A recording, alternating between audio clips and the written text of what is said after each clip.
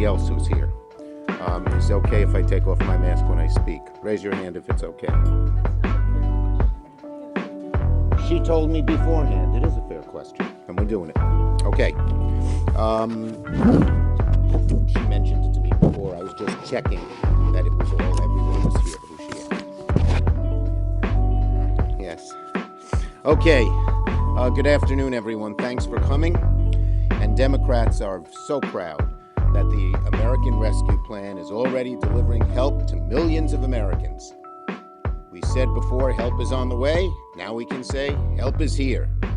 Help is here because Democrats are delivering on our promises, just as we said in the campaign. Democrats promise, put us in office, you'll get checks. They're getting checks. Put us in office, the vaccines will start coming forward. Now over 2.4 million shots are being administered a day. Put us in office and we'll do something about child poverty. The American Rescue Plan cuts poverty in half. We're helping feed the hungry. We're helping people stay in their homes. We're helping our neighborhood restaurants and small venues weather this awful COVID storm. The American Rescue Plan is something every Democrat is obviously very, very proud of. We all came together and we got it done. And there's so much here for us to talk about. President Biden, Vice President Harris, members of the Biden cabinet are barnstorming the country to tout what's in the bill. Democrats kept our promise and we're delivering real help to working Americans. Something not even talked about, the pensions. Last week, a gentleman, construction worker, depending on his pension, actually a Teamster, but he works in construction, depending on his pension, was teary-eyed. He said, if my pension goes down, I don't mind that it hurts me. It hurts my spouse, my wife, my children, my parents. They're all depending on me. Please save it. We've saved it. We've saved it. So, we're doing our job as promised. When we got into office, when we became the majority, everyone said, how are they going to get it all done? You got to confirm the cabinet. You got to do an impeachment trial and pass AARP. Well, we have done an impeachment trial. We passed AARP. And with the nomination of Mr. Walsh, every cabinet secretary will have been installed, all 16. So we've kept our promise. And so many other good things. Native Americans have far too long been neglected at the cabinet level. Now there's a strong voice in Deb Haaland. Now they have a seat at the table. Small business needs money. Isabel Guzman is being confirmed as Small Business Administrator. We have to have a much tougher, stronger policy against China. Catherine Tai will be confirmed as Trade Rep. And on Thursday, we'll confirm Javier Becerra to be HHS Secretary. And the House will send us a bipartisan bill on PPP.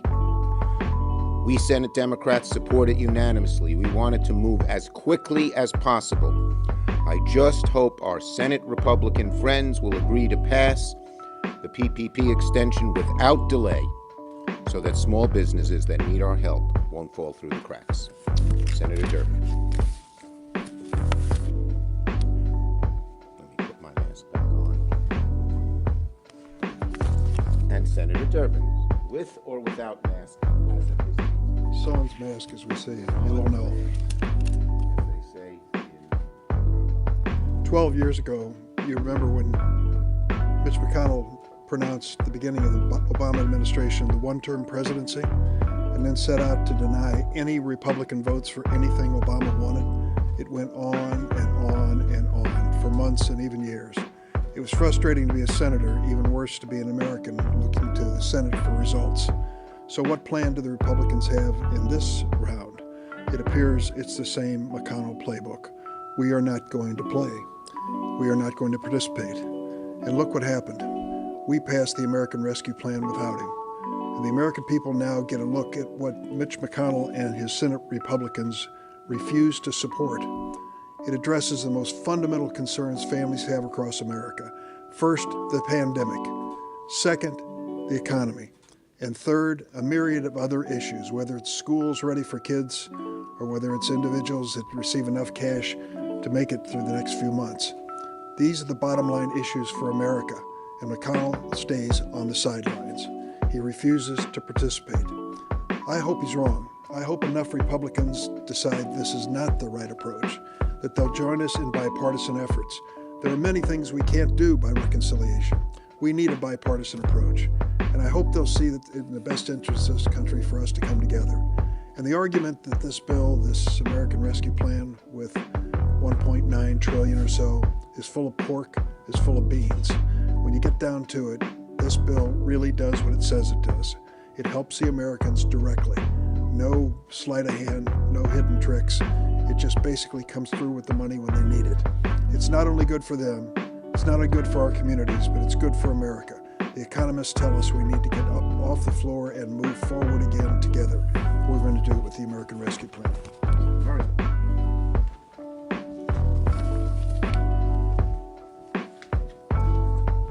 Thank you. I've been thinking a lot lately about something that Vice President Kamala Harris said recently. She made the point, and I'm paraphrasing, that while we've got to get back to normal when it comes to things like sending our kids off to school safely or hugging our kids and grandkids who aren't in the same household, visiting family from out of town, and just not having to worry about a terrifying, deadly virus, we've also got to recognize that going back to normal doesn't make sense when normal wasn't working in the first place. Normal hasn't been working well for working parents, especially moms, even before this pandemic. Normal wasn't working for communities of color and tribes who faced deeply harmful, long-standing inequities across healthcare and education and economic opportunity long before this pandemic started.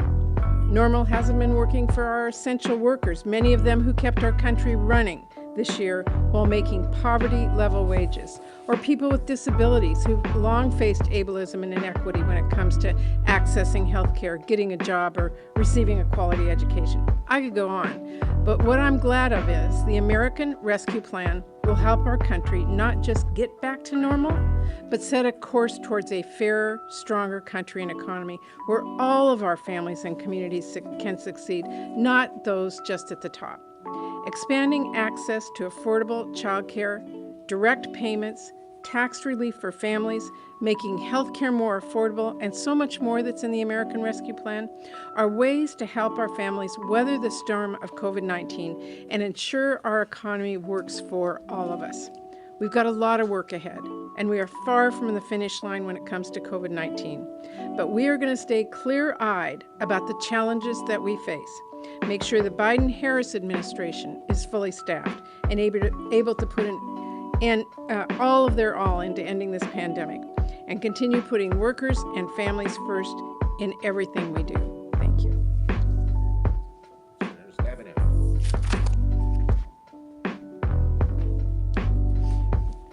Thank you. Help really has arrived for the majority of people in our country, and certainly for the majority of people in Michigan, and that's why I want to speak to for a moment. Consider a single mom who has two young children, a 3-year-old and a 6-year-old. She lost her job a number of months ago because of the pandemic. She's been worried sick, wondering how she's going to pay the rent, keep the heat on, which becomes an issue in Michigan in the winter, as well as making sure that lights are on and buy groceries for her children. Well, today, things have changed for that Michigan mom. When she checked her bank account today, she had an additional $4,200 in her bank account. Just think about what that means. She can make the rent, she can pay some critical bills, even buy some new shoes for her children who seem to grow out of them every single week. And that's just the beginning, because the American Rescue Plan goes far beyond $1,400 checks. This mom has been surviving on unemployment, and now she knows that this support will last until September, and she'll continue to get an additional $300 a week. Like so many other Americans, when she lost her job, she lost her health care. Not anymore. The American Rescue Plan is paying for her COBRA payment for the next 6 months. She no longer has to worry about her family that they'll lose their home because the American Rescue Plan provides emergency aid to cover back rent. And she's less worried that they'll go hungry because SNAP benefits alone have increased by about $75 a month for her family, which is critically important when she goes to the grocery store. The American Rescue Plan also helps cover the cost of childcare so she can have some help while she's doing a job interview. And she's relieved that her first grader is going to be able to go back to school full-time because his teachers and his bus driver and the other people that work at the school will be able to get vaccinated, and they'll address other safety measures under the funds in the American Rescue Plan. So today, a lot has changed for this Michigan mom. She no longer feels alone. She feels like somebody's got her back. For this Michigan mom and so many others, help has arrived. I thought my colleagues gave all, Patty, Debbie, Dick, great talks. Good job. Yes.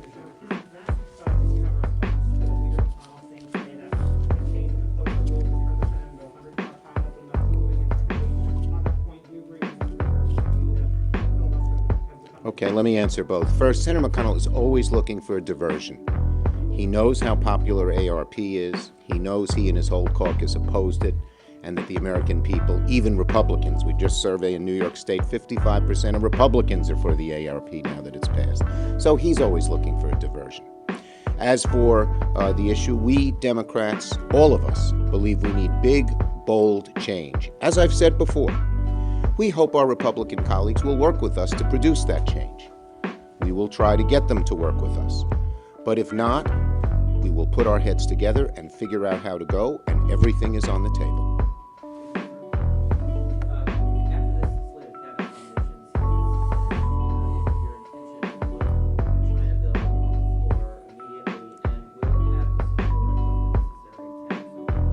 Well, first, we are going to sit down and talk to our caucus is going to sit down and talk together about where we should go next. Right now, we're still filling the president's cabinet, the last few nominees, and that'll take this week and next week, as well as passing PPP. But we will sit down as a caucus and with the Biden administration and decide exactly where to go next. We have a lot of things we want to do. On the China bill, we have good bipartisan support on that. My instructions to every one of the chairs who's working on the China bill is to work with your Republican colleagues. The centerpiece is a bipartisan proposal, the Endless Frontiers Act, proposed by myself and Todd Young of Indiana, and he's very enthusiastic. The semiconductor piece is bipartisan. Lots of the other parts of it are bipartisan, and we hope to have it as a bipartisan bill. Nope, she's next.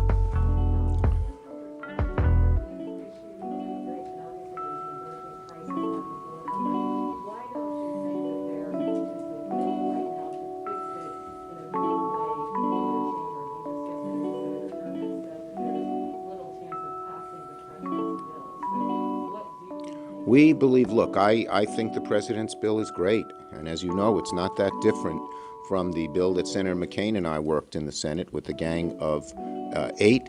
Dick Durbin was a member of it. And so we're going to try to do everything we can for as bold an immigration bill as we can get. Plain and simple. We'll see where our Republican colleagues are. Next. No.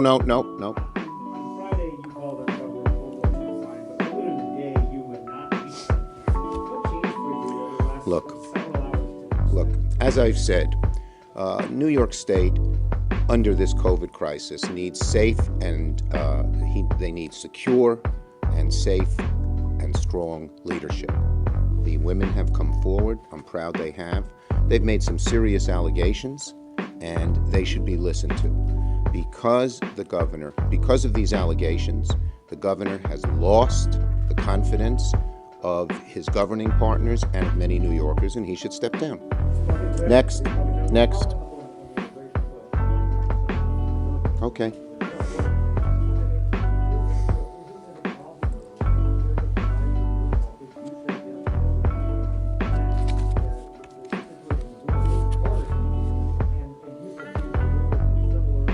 Yeah.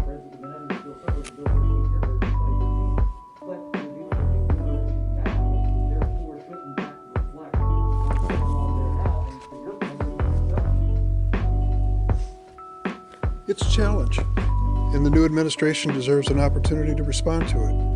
And I think it's going to be part of the conversation about immigration. let's assume for a second they're successful in doing it. And 6 weeks from now, we don't have a situation that's as challenging as the one today.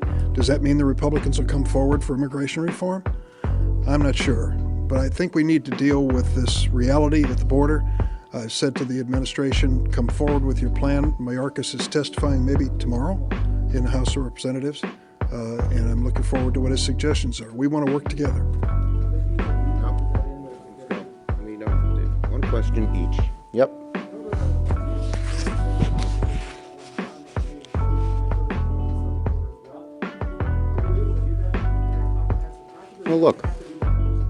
Well, I would like you look. My strongest desire is to pass comprehensive immigration reform. I've felt that way since 2013 when the House blocked it, and we'll do everything we can to explore that area. The House hasn't sent us the comprehensive bill yet. They're in the process of sending us other legislation. We want to do as much as we can to make immigrants welcome in America, to make sure that America integrates immigrants into our system of government, and we'll keep fighting to get as bold and strong a bill as we can. Yes, next.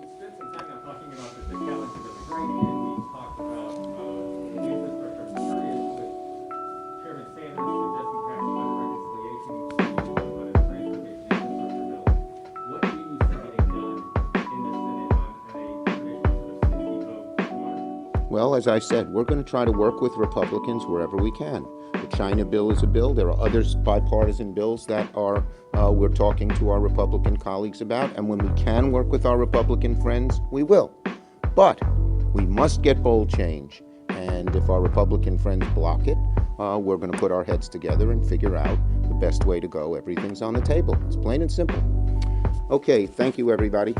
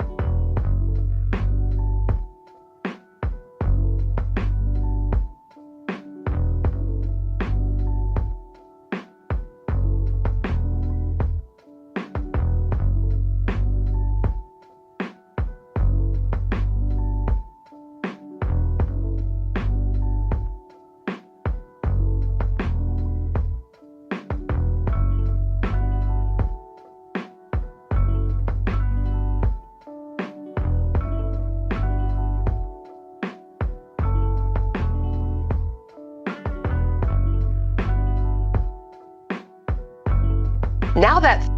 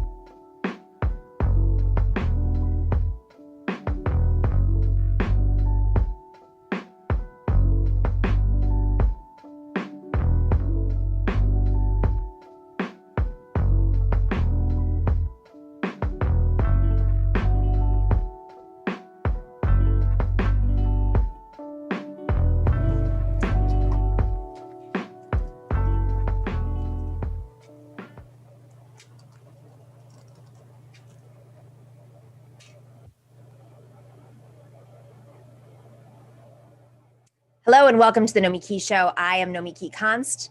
There really are things that should transcend politics, like health and safety and climate change, but somehow they never do. Take vaccinations. I know that using the word science and miracle in the same sentence is contradictory, but miracle is a good word to describe what modern science achieved in creating not one, but several effective vaccines against this pandemic, COVID-19. But politics has quickly brought us back down to earth and to our knees. Politics is interfering in a huge way with our ability to convert this scientific miracle into a medical miracle. There is a famous maxim in public health: vaccines don't end pandemics. Successful vaccination campaigns end epidemics. And right now, vaccination campaigns are a mess all over the world. And the culprit is not the coronavirus, it is politics. There are so many variants of this political problem. Rich countries are hoarding vaccines and thus leaving the rest of the world vulnerable. The United States alone has 5 times more vaccines on order than it needs to vaccinate every American, including kids who at the moment are not even approved to get the jab. The United States and other rich countries are also leading the fight at the World Trade Organization against a proposal by India and South Africa to make generic vaccine doses for developing countries. In other words, the US and other rich countries are putting the property rights of pharmaceutical companies above the lives of poor people. But as ugly as all of this is, it is at least predictable behavior by the rich towards everyone else. We have seen this all before.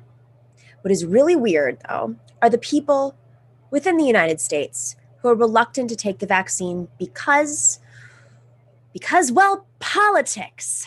That's right. You thought the mask polarization was bad. This is politics. It is one thing to be suspicious because these vaccines were made at a warp speed, or to be reluctant because you know the medical community now offering you this vaccine once experimented on communities of color, Native communities, and on women, and then they got away with it, and no one really knew.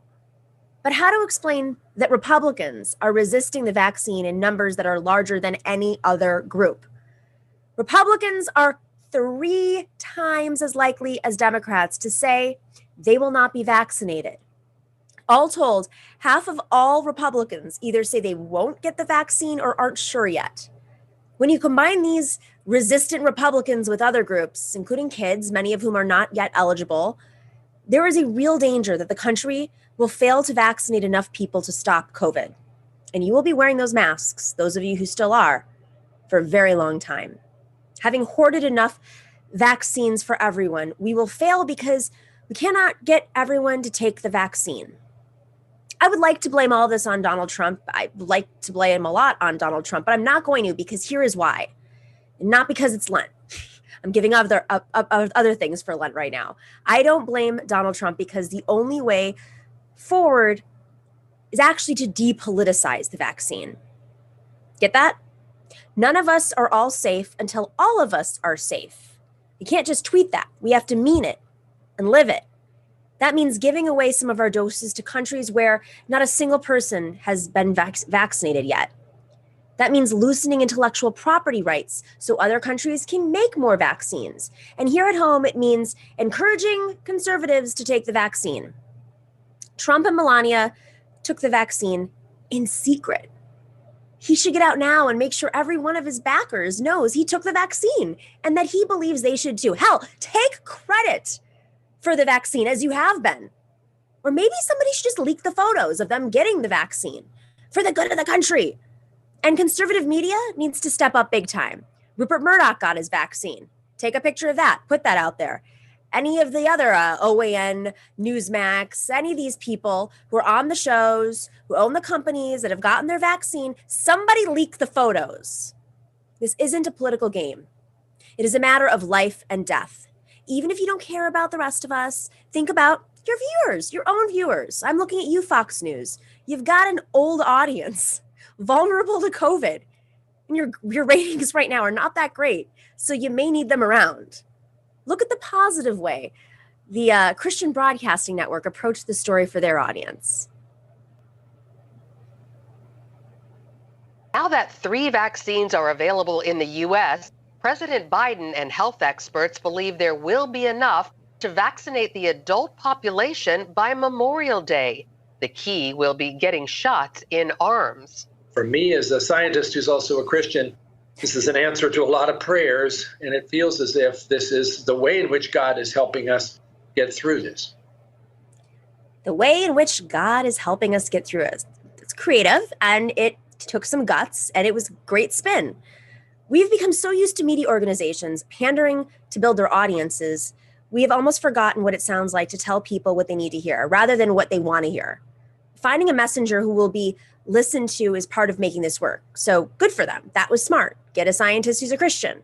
Talk about science, which God created. I don't know, whatever you want to say. If it works, it works.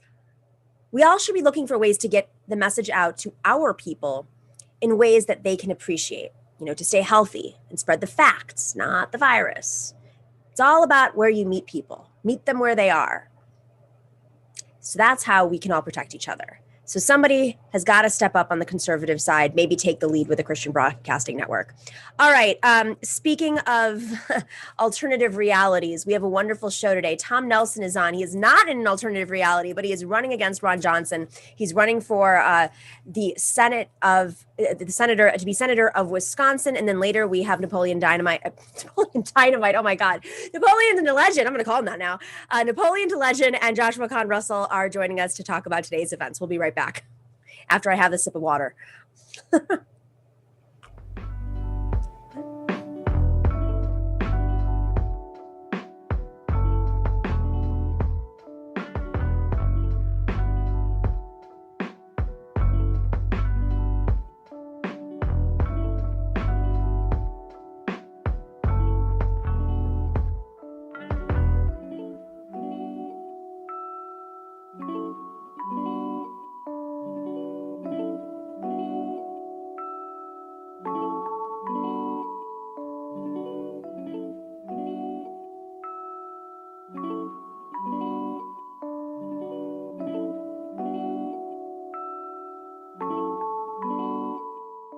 Democrat and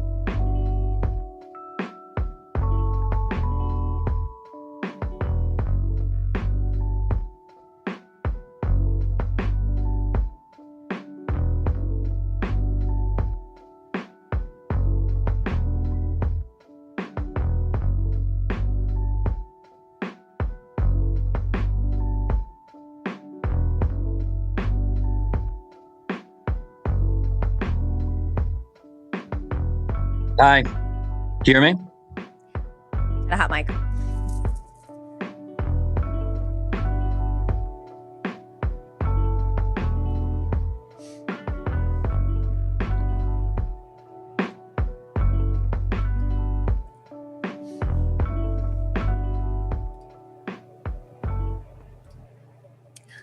Welcome back to the Nomiki Show. So a couple of years ago, I did some reporting in Wisconsin. There were a lot of races happening at once, and I'm excited to start talking about Wisconsin again, especially this week, because the current senator from Wisconsin has been putting his foot in his mouth and revealing how much of a racist he is. I'm thrilled to have Tom Nelson on. He is currently the county executive of, I got to correct me on this, Outagamie County. That's correct? Right. That's I right. love Good it. for you. I That's great. Love it. Love it. Love it. And of course, running for U.S. Senate in Wisconsin, Tom Nelson, thank you for joining us. Good to be here. So there's a lot happening right now. You have a primary. You also have a current senator who's been getting a lot of attention. Not sure what his strategy is. But before we get to those two things, let's just talk about what inspired you to run and a little bit about your background. Okay. Well, I'm a pastor's kid from Little Chute, Wisconsin, and I grew up on a working class neighborhood called Carolyn Drive, and all the dads were mill workers except my dad. So we had blue collars, and my dad, a Lutheran pastor, wore the white collar. And yeah, some people get the joke, some people don't.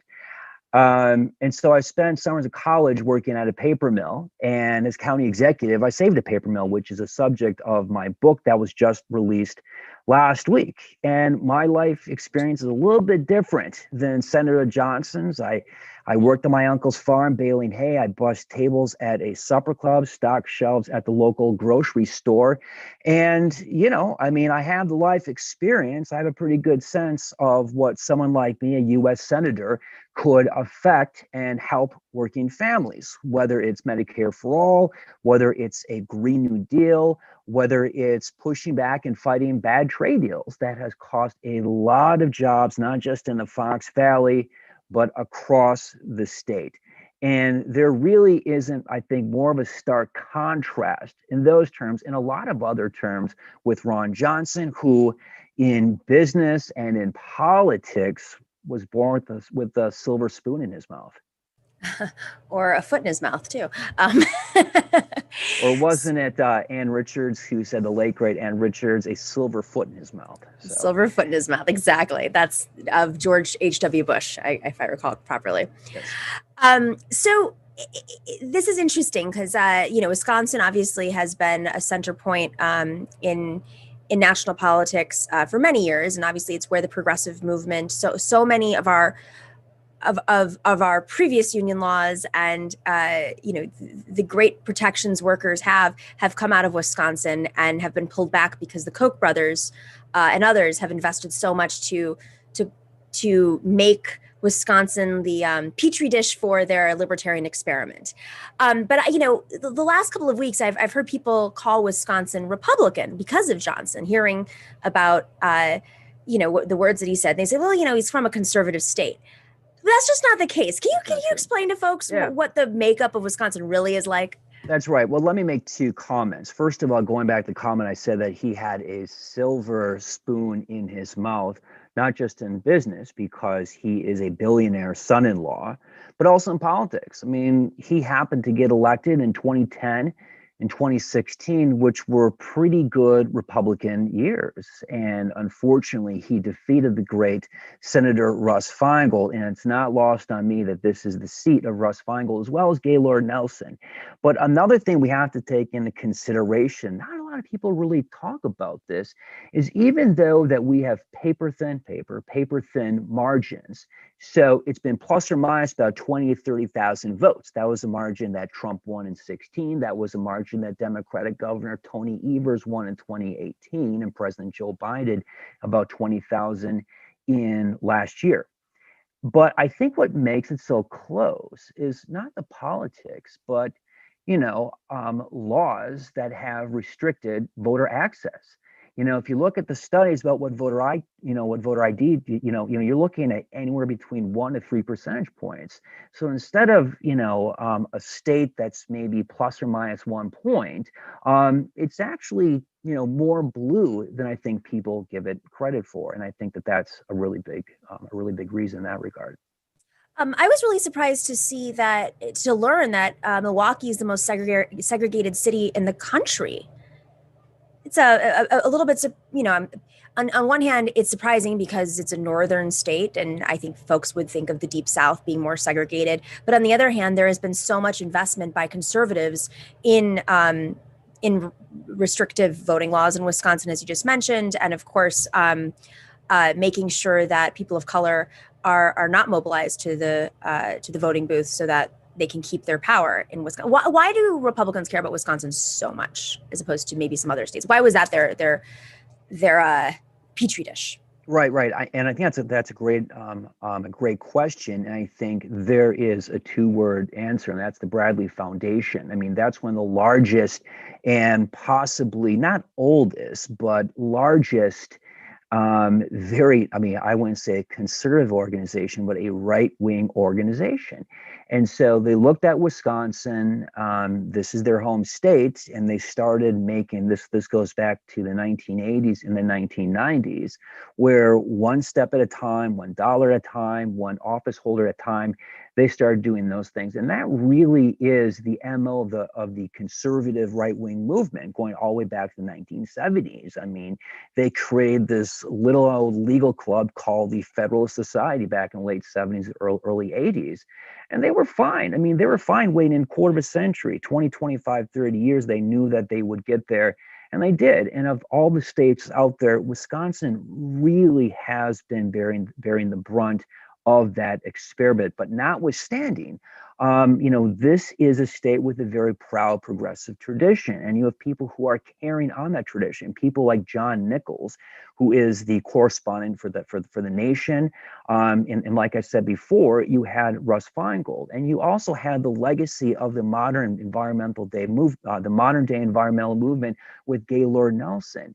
And I think that there's a lot of things that you can point to, both in terms of our roots and, and more recently, I really, really believe that there's a very strong and very durable progressive economic populist vein that runs through this state. It goes back to the progressive era, but you've also seen in a relatively strong labor movement that unfortunately has come upon hard times, but there are glimmers of hope. And that was the case in my book, recounting how the steelworkers local got together and saved a paper mill, a story that you don't see too often.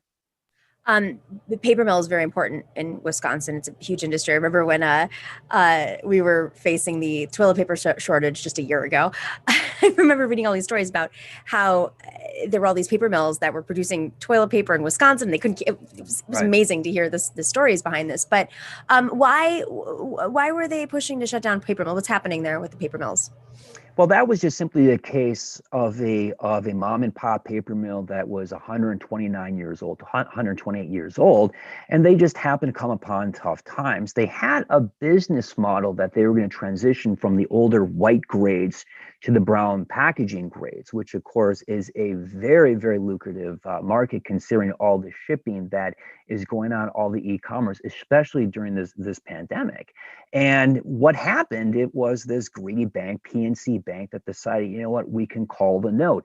We have all of this investment in other competitors of Appleton Coated, and we're going to pull the note because we can. And they started behaving like a payday lender. In the time between announcing the receivership and going through it, they were extracting $50,000 a day out of that paper mill penalties. Look, they had completely written us off, and we decided, you know what, we can do this. We took advantage of a little known law in Wisconsin, receivership law, which is kind of like bankruptcy. We prevailed on a local judge to give us a second chance. We showed that this business model could work, and it was hugely successful. And the epilogue to this, which I don't mention in the book, or actually I do, I think in the last chapter, is the scrap dealer that bought Appleton Coated that was going to scrap it until we said you can make money and we can bring back workers. They ended up flipping that mill 2 years later, making almost $80 million. Think about that. That industrial scrap dealer made $80 million essentially because a local union said, we have faith in our mill. It's been around here since 1889, and we're going to keep this going. Has this been replicated anywhere else in Wisconsin or in other communities? Yes, that's a good question. Last year, so this would have been about 2 years, 2 years after the Appleton Coated case, there was another mill. In this case, it was Flambeau River Paper in Park Falls, Wisconsin. That's about 3 hours away from here. It's the same thing. I think it was almost just as old as Appleton Coated. And we actually used, not only did we use the same strategies we did in Appleton Coated, the steel workers were there. So we did the same route of objecting to it. And we also used the former CEO as a consultant. So that's another example of how it was used. But that's a good question. Not only is it the example of receivership law, but it is, the larger story is how a community can come together. And I propose a tripartite model of organized labor, local business, and local government coming together to improve the lives of their community, saving a mill. And the same thing can happen in manufacturing, quite frankly, any other industry. Before we get to your race, I'm curious, has anything transpired? Has there been any sort of progress since you've now had a Democratic governor? I mean, a few years ago, I covered the race for that. It was a very crowded field for governor. And, it was palpable just how frustrated people were. For folks who may not recall, the legislature there was a huge storming of the Capitol, in a good way, I should say, with activists in Wisconsin, trying to reverse some of these horrible, horrible laws that, Republicans have put on you. So there was an appetite, a very palpable appetite for change. Do you feel like that's taken place, or there's been enough? I think we are potentially looking at a third blue wave. I hate to jinx ourselves though, but I think the point you're trying to make, things are not all hunky dory. I mean, we still have a legislature where where we are in a deep minority. The Republicans are not at a supermajority. In fact, it is so severe that one of the strategies the state Democratic Party had last year was save the veto. And so the focus was to not allow for Republican supermajorities in both houses at the very least. They were successful. We were to, maintain a very deep minority. But as long as the legislature's in that position, you're right, it is palpable, and I don't think that's going to go away anytime soon. You have a primary. And I saw this clip of your primary opponent. I'm actually not going to even set it up because I think he sets it up very well of who he is. But you do have an opponent. Let's play this clip real quick. I'd love to get your reaction. I was excited by the fact that hey, we were possibly going to buy a basketball team. And to me, that was and I know for my dad, that was always a dream of his. I didn't know much about Milwaukee. I knew the Brewers. I knew the Packers were in Wisconsin. I had been to Wisconsin one other time. I went to Oshkosh to help volunteer for Hillary in the primary in 2008 with my sister. And that was it. My first time to Milwaukee was when we came to meet with Senator Cole about possibly purchasing the team. And, I came in with kind of trying to with just keeping an open mind about the city. The only places I'd lived in prior were New York, Philly, and DC. So, kind of bigger East Coast cities. Mm-hmm. And, when I came here, I think what most surprised me about Milwaukee is the fact that Milwaukee has all of the same things that any other city, especially any other big city, has. Oh my God. Did he do this during the campaign? What? All right. I mean, I'm not sure if I need a comment, though. Look, Alex is a friend. I got to know him pretty well when he arrived. I think it was, I'm not sure when it was, 6-7 years ago. We were actually connected because his intern advisor was one of my old roommates. So kind of a small world there.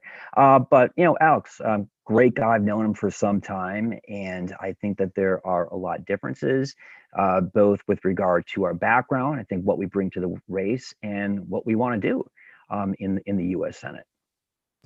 Fair enough. I think, what's revealed in that video is just not just being disconnected from the community, even if it's been 6 or 7 years, but just how he embraces the community.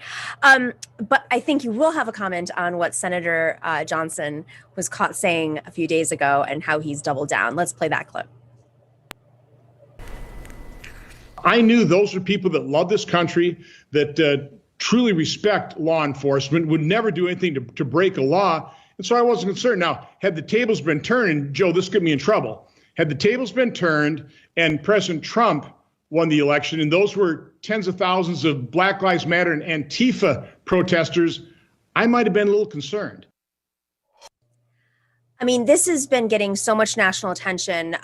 Senate leadership has called him out. I mean, this is how is it playing on the ground in Wisconsin? That's Yeah, I think that people are just furious, and it's not just Democrats or Democrat primary voters. It's just across the board. I mean, even Republicans are kind of looking at it like they're just kind of looking away from this. It really is an embarrassment, but I don't think it's so. I mean, it is an embarrassment, but it's hurtful.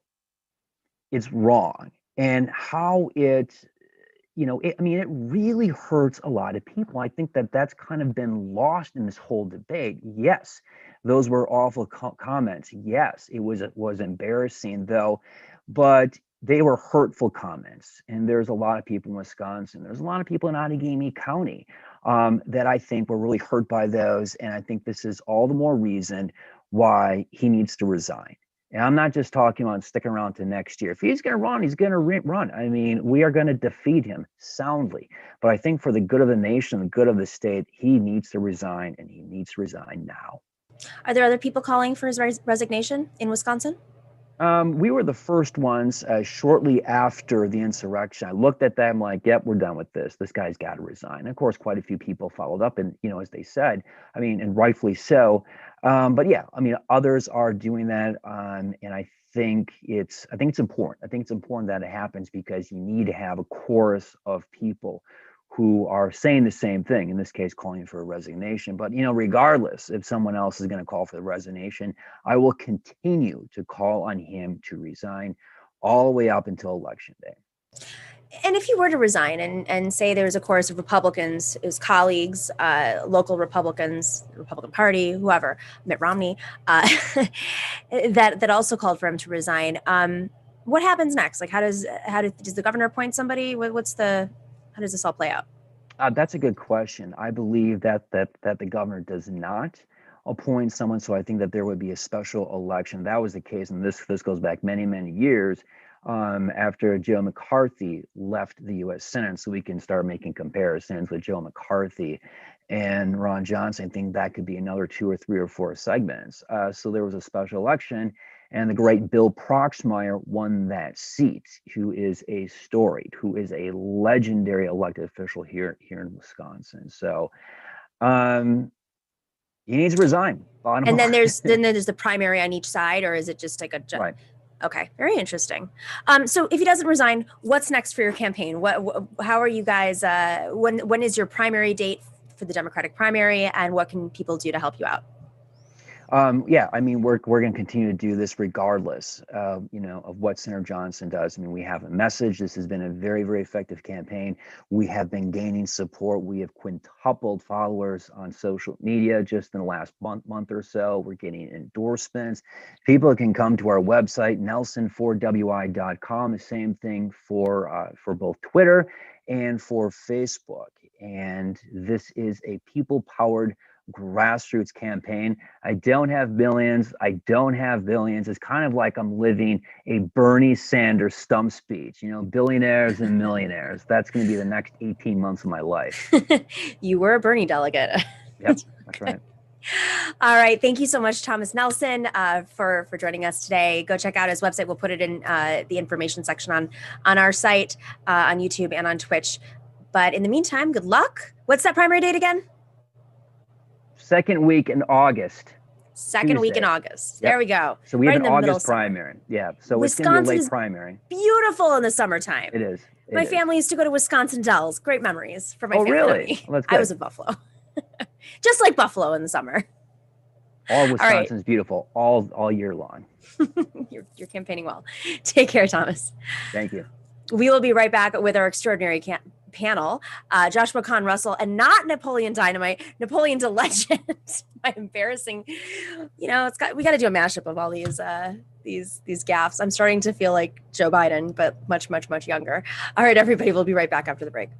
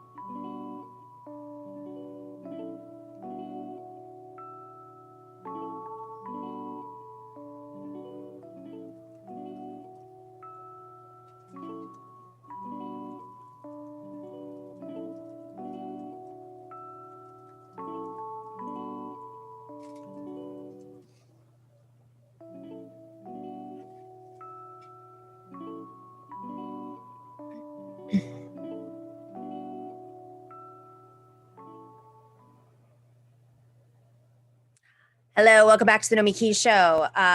Book club members are probably in the midst of their second book. They probably just got it, called The Corona Crash. It is by Grace Blakely. We have an incredible month with our book club. And if you're not a book club member, you can go check us out at patreon.com/The Nomiki Show. There are all different types of book club levels. 1 book a month, 2 books a month, 4 books a month.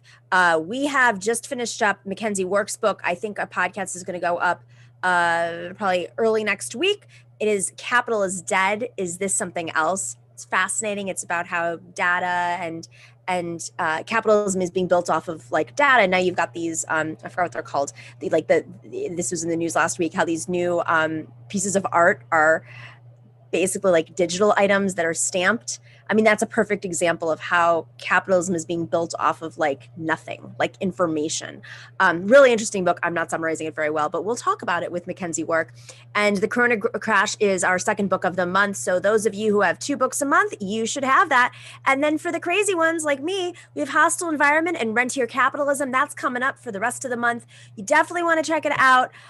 It's been an incredible run. That's probably why I have so many gaffes, is I'm spending so much time reading with the rest of you. So I'd love to hear if other book club members are feeling the same, a little stretched thin, but it's definitely an incredible challenge. So go check it out at patreon.com/The Nomiki Show. Napoleon the Legend and Joshua Kahn Russell are here for our panel today. Joshua Kahn Russell is, of course, the executive director of the Wildfire Project, and Napoleon Legend is still setting up, but he is an Afrobeat hip hop artist. I believe he has a new album out that might be sold out. Napoleon, you know what I called you earlier? It just came out. I called you Napoleon Dynamite in my opening. You won't be the first. You won't be the last. Trust me. What was that? That's why I said I'm the gaffes today. Oh my God. How come you haven't titled the song that yet? Nah, I mean, I don't want to, because I'll never be able to shake it off if I make a song like that. And I'm already trying to shake it off. You know what I mean? Smart. It's like, Hey, Mickey, You're So Fine, which was the fifth grade song everyone sang at the school dances. Hey, Mickey, I went by Mickey. No, it was the easiest thing for 5th grade. It's not a bad nickname to have, though. When I finally got to high school, I was like, my name is Nomiki, and you're going to say it. And then they were like, all right, Nomi. So that's how I got Nomi. You don't make a nickname. They make a nickname. That's how it works. Right. All right, guys, we got a lot to talk about today, and it's interesting. I just want to start with The View, because Joy Behar, who's like the progressive, I guess, on the panel, she claims that Antifa does not exist during a segment on Senator Ron Johnson's comments. I mean, I feel like she meant well, but we just talked about Senator Ron Johnson in the previous segment with Thomas Nelson, who's running for U.S. Senate in Wisconsin. Let's play this clip and assess. Right out there with his racism. There's no dog whistle for him. You know, it's like, I'm a racist. Have a nice day. You know what I mean? I guess, it's funny. When I was watching this, it's so aggravating to listen to this idiot. I mean, he and I are very different. I'll tell you this right now. If I was surrounded by people carrying weapons, people erecting nooses, screaming, hang Mike Pence, bludgeoning a police officer to death, I might be a little scared. But Ron, no, he's not scared of those people. He's scared of this fictitious idea of Antifa, a thing that doesn't even exist. He needs to go. He needs to go, and soon. Right. Sonny, what I saw, right out there with his racism. I love this clip because I'm like, you're almost there. You're almost there. The organization doesn't exist. You kind of got it. But anyways, I mean, listen, it's funny, and I'm glad that she's calling him out, and people are calling him out to step down, and you know, I'd be curious to see if Meghan McCain was one to call him out. Maybe that'll bring the Republicans in, and not the McCains, the Mitt Romneys in to get him to step down. But I mean, Napoleon, man, does Antifa have to issue a statement on their company letterhead to say, we are here? Don't you see us? I mean, it's that's the world they want to live in. You know what I mean? Like they rather not acknowledge that side of things and push it to the side because it's just much more comfortable for their worldview and where they want to be, and so that they're gonna keep not acknowledging the fact that that there are some of us on the left that are a little bit more radical than they may be. That's an interesting point, Joshua. I mean, is this just an extension of like basically the blacklist of leftists who aren't allowed to go on cable news shows or appear in any sort of corporate media? Yeah, I mean, I haven't seen anyone in Antifa on corporate media anyway, but in fairness, what she first said is their idea of Antifa, and that doesn't exist. Like the GOP's concept of what Antifa is, that is totally a fiction, right? And so if we want to be charitable and say that she was saying that, I would agree with that. But I also think, what y'all are saying is true, that I think the liberal discomfort with owning the full left and not constantly disavowing the parts that are inconvenience to their story, particularly of like their story of respectability, is a constant challenge, right? And it's not just a challenge on cable news media, but it's tricky even within movements of, who speaks for what movement in what way, and at what point, where do you draw lines between, supporting the full spectrum of resistance, even when, the news media tends to go towards spotlighting things that can be damaging. And I'm not talking about Antifa right now. I'm just talking about in general. And it's tricky, and I think that's part of why we need to develop a politic of solidarity and actually becoming literate about what is going on in different parts of the left, especially Antifa, because they've become this, what's the phrase? Boogeyman? The boogeyman of the right. I was going to say, some kind of man, straw man, boogeyman, all the man. The man. Who knew all along Antifa was the man? Right. I mean, they are, I just want to say, like, having the specter of something where they can project all their fears onto is the way that the right operates, right? So whether they're doing that to Obama being a Muslim terrorist, or whether they're doing it to Antifa, that's the ultimate game they're playing. And the liberals play into those hands by basically being like, oh yeah, we're not like them, and because they're not a threat, they're not even real. And so it actually shores up that tactic that the right has. I mean, that's exactly what Obama did. And he wouldn't, in the beginning, he wouldn't even play game with Fox News. And they were like, cool, you're fine, we're just going to, and that he admits that's a mistake now. He should have had people on countering their opinions. When Fox News invited people from the administration, other Democrats on, they used to say no. And then they changed that because it was so out of hand that, sometimes that does make a difference. And that's why we always say if a Democrat goes on Fox, don't agree with them. You have to challenge it, because believe it or not, some people do hear it. Anyways, I have to say, speaking of Fox News is of course going to be obsessed with the border crisis that's happening. It's not new. It didn't start with Trump. It started before, and it has not gone away. And since Biden has taken office, there's been a surge of migrants. They're moving people around from the detention centers, putting into different locations. It's a major crisis. Let's play this clip with the official who's overseeing the border coordinator on Biden's border policy. With a message that we were going to enforce our laws, but also have a humane migration system. And I think what he means is that we are going to treat people fairly. We are going to reform our immigration system.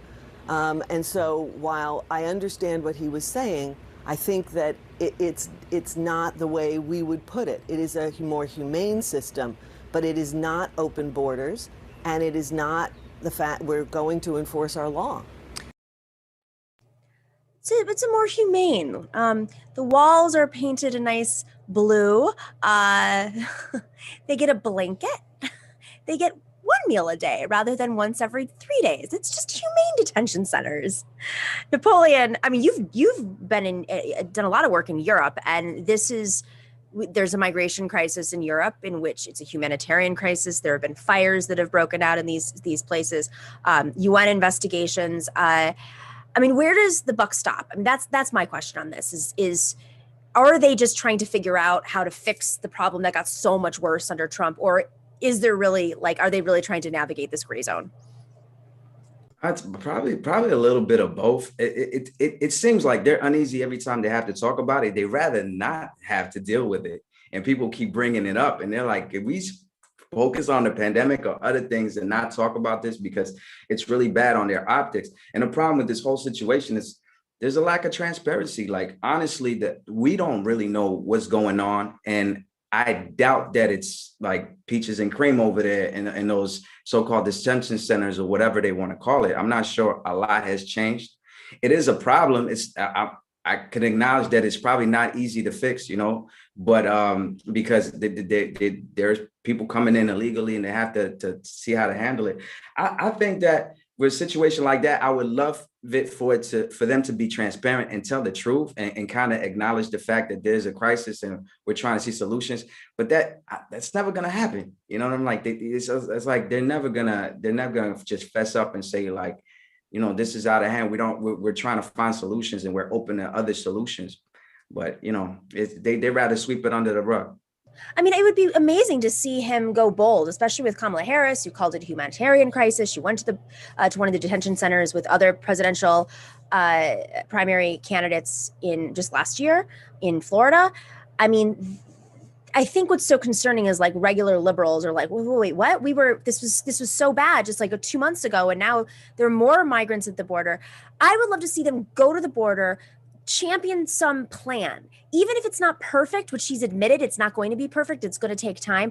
Go there, feel the pain, recognize the crisis, you know, connect the dots a little bit, maybe loop in some foreign policy changes, sweeping foreign policy changes, the global South, that could make it better, at least in the long term. Who knows? I mean, Joshua, like, what do you think is the right thing to do? Well, first, you know, the administration's playbook of Jen Psaki constantly comparing themselves to Trump, right? Constantly comparing themselves to an intentional punitive policy of kidnapping children. That's not a good look, right? That's constantly saying we're not as bad as them is, you know, it's the broken record of Democratic excuse making in general, right? But I mean, it's like saying, well, we're not as bad as Nazis, you know, like it's such a exhausting, tired way of talking about things. And I totally, you know, I agree with what, like, I'm not pretending that there's easy solutions. However, the amount of resources that the federal government has at its disposal to fulfill a commitment that even it acknowledged was a humanitarian disaster. I mean, it's inexcusable that kids are being detained for over 100 hours, which is breaking the law, right? It's inexcusable that they're not marshaling the resources to connect kids with their families more efficiently than that. It's inexcusable that even when they have intermediaries that they're keeping them in these facilities rather than, say, a daycare with people who are trained to work with children, right? That it's still this paradigm of viewing people as illegal or as potential criminals, rather than viewing children as children, right? That what are they going to do? Get to the border and then go on like a crime spree and run away? Like it's the fears around that are so overblown and ridiculous. And so, you know, I'm not saying that there's like a silver bullet answer, but even by their own metrics of easing the existing framework, it's failing. And also, I mean, it's hearing you say that, Napoleon, of just like, why can't they just acknowledge that like they're not doing very well and it's hard? It is also amazing to me, that just sort of hubris instead of like, I actually think most people, I mean, especially their audience, would be very reasonable to say like, oh, you didn't reach your goal. Tell us why, you know, tell us what's going on. And but I mean, it's not like we haven't dealt with refugees before. I mean, this is what's so mind-boggling to me. There is a precedent here. There's a precedent over history here. There's a precedent in Europe. This is, like you said, we have the resources to facilitate this, and they're just frozen. This is the way I look at the Biden administration right now. They're frozen between letting go of their benefactors and understanding that they have no choice but to move on some things. And they're doing it. It's not even incrementalism. It's like baby steps, like teasing in, like, you know, oh, okay, well, instead of Medicare for all, well, let's just offer states that haven't expanded Medicaid twice as much money for it. And they're still saying no. Oh, look, we caught them. Look, they're racist. Now we can show the whole world that they're racist, and then they won't get reelected. Everything is a plot. And it's a long-term plot, but the crises are so immediate beyond what they were immediate before the recession. They were immediate before the pandemic, but it's like we're about to be living in Hooverville, and he's going to have so many compounding crises that if he doesn't deal with this right now with the money that he has, there's no way Biden's going to get out of this. Well, and here's the bigger picture with it, which is that what the last administration, God, why am I not remembering his name? The kind of evil vampire racist, the balding guy who's what? Last administration? In the Trump Stephen administration. Miller? Stephen Miller. Oh, I thought you meant Trump. I was like, no. Please do forget Stephen Miller's name. Yeah, right. That was an interesting slip. So, like the vampire guy. So what Stephen Miller understood, actually, and what I think his wing of white nationalism, they get that the climate crisis is happening, and therefore the future is going to mean that there are going to be an astronomically increased amount of refugees who are fleeing everything from natural disasters to the economic consequences of them. And so what they tried to do in the last 4 years is put together a different system, right? By just starting to demonize refugees in general. That was a specific project, right?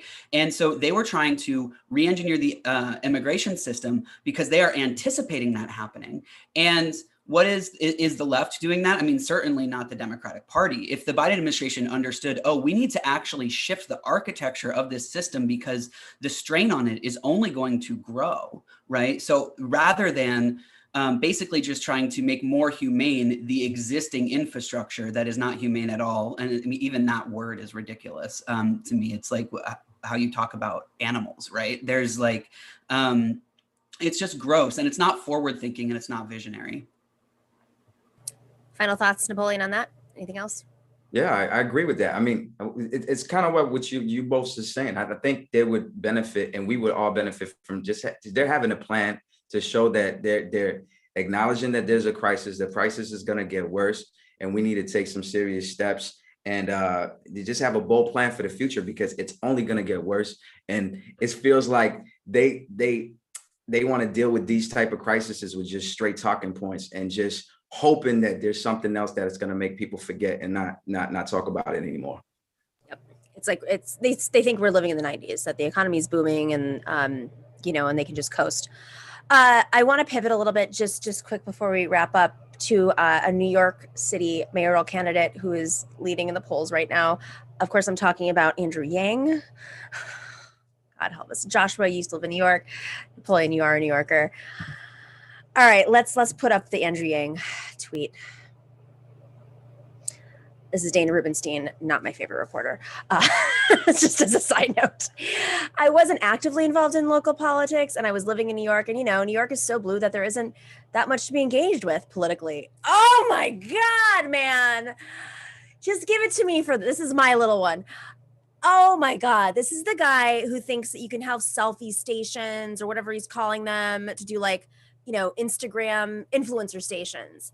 I feel like they're effing with us. In the midst of a pandemic, in the midst of an economic crisis, at a point where, say what you will about the Cuomo and de Blasio situation, there was a back and forth pull. I mean, there are a lot of issues with de Blasio, but let's just be very clear here. And I have to say this, I don't throw a lot of bones to de Blasio often, but compare him to Bloomberg, compare him to Giuliani. I mean, the last few, with the exception of Dinkins, he doesn't know how to handle the media. He was fighting with Cuomo all the time. If Cuomo had never been in office, maybe de Blasio would have been able to do more. But this man is your solution to the de Blasio Cuomo scandal. The guy who's like, well, there's no need to be civically involved at all. Like, it's just, there's an app for that. Is this a symptom? I mean, but real, like, let's assess this. Is this a symptom of a new form of like neoliberal? I don't even know if it's neoliberal, like neo-tech. Like a robot politics. Joshua, you're in Northern California. I feel like you might be able to speak to this more. Yeah, I mean, I don't know. I was just remembering when you were reading that clip of, and this is pretty much the only thing I've seen Andrew Yang do. I've not been following him since the presidential race, and when he was going on a tour where he was like, "This is a bodega," and he's in like some corner store that's definitely not a bodega. It's a grocery store. Yeah. But that kind of pandering is, I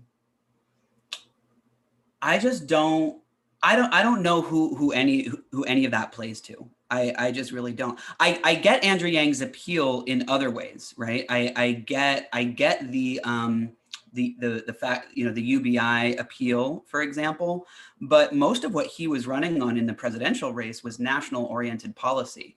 And so for him to say like, well, there's nothing locally to fix in New York makes sense to me, because he's not looking at solutions that are actually locally grounded or so.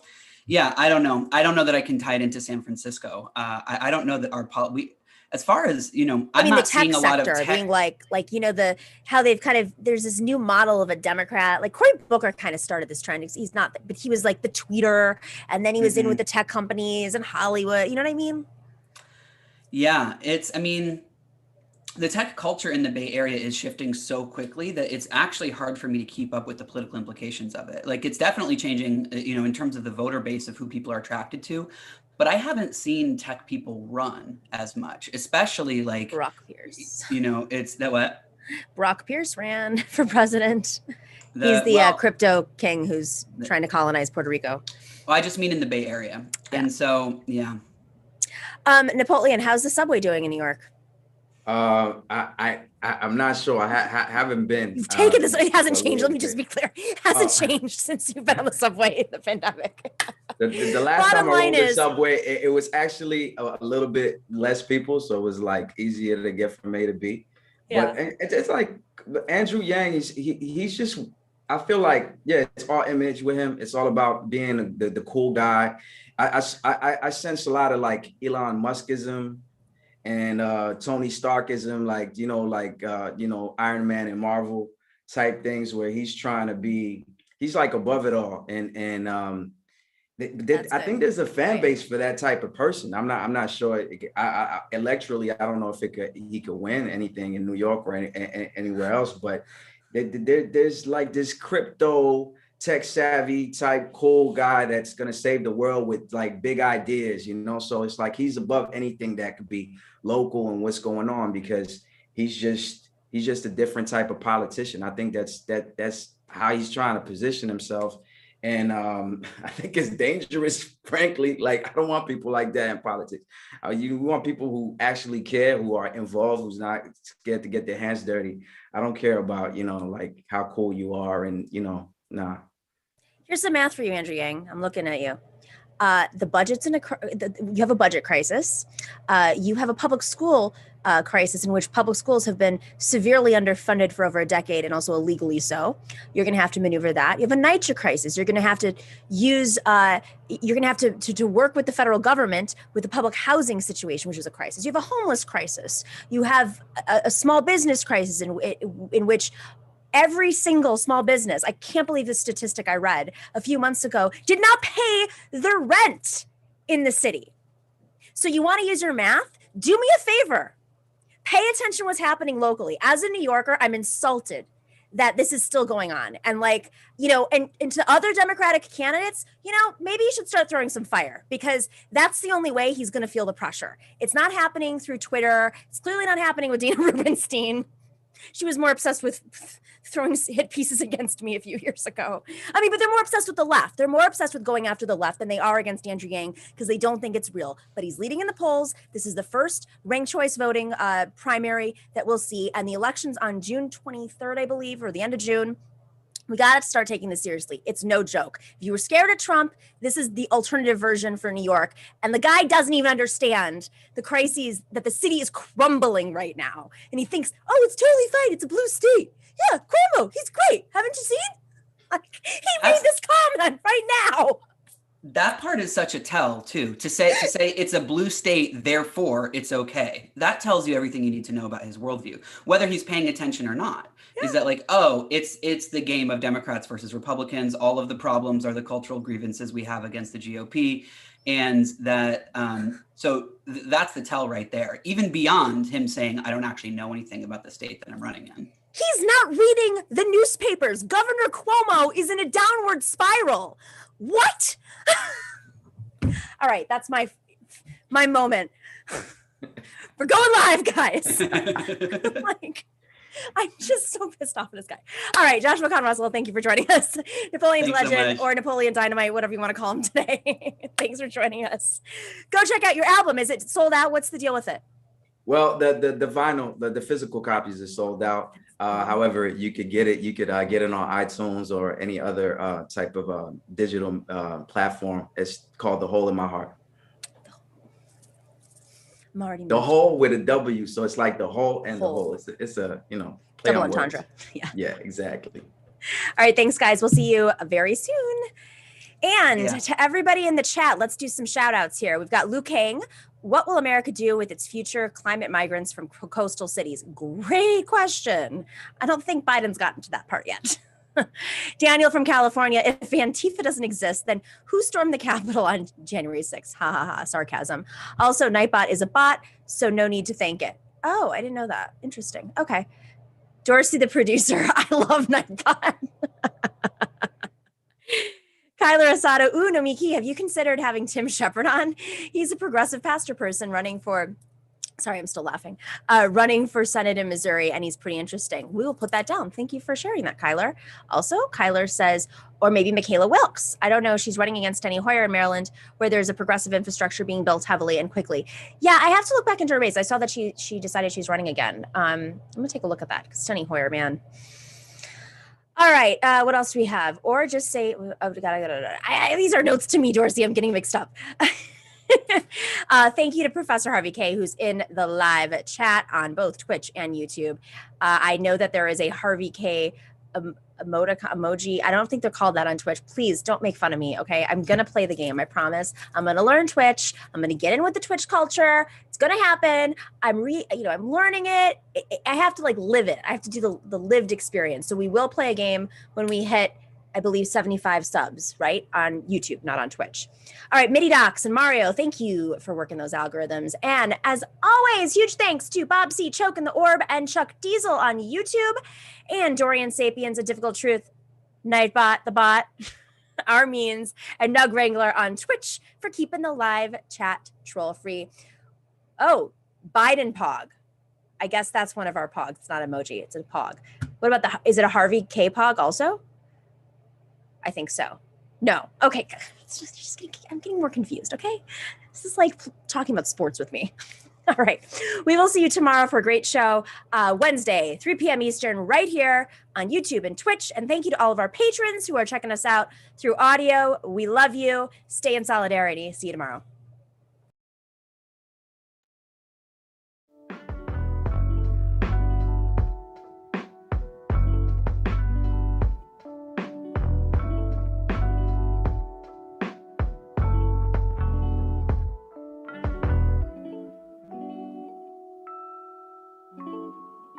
Yeah, Bo is sitting there. Could be a Titans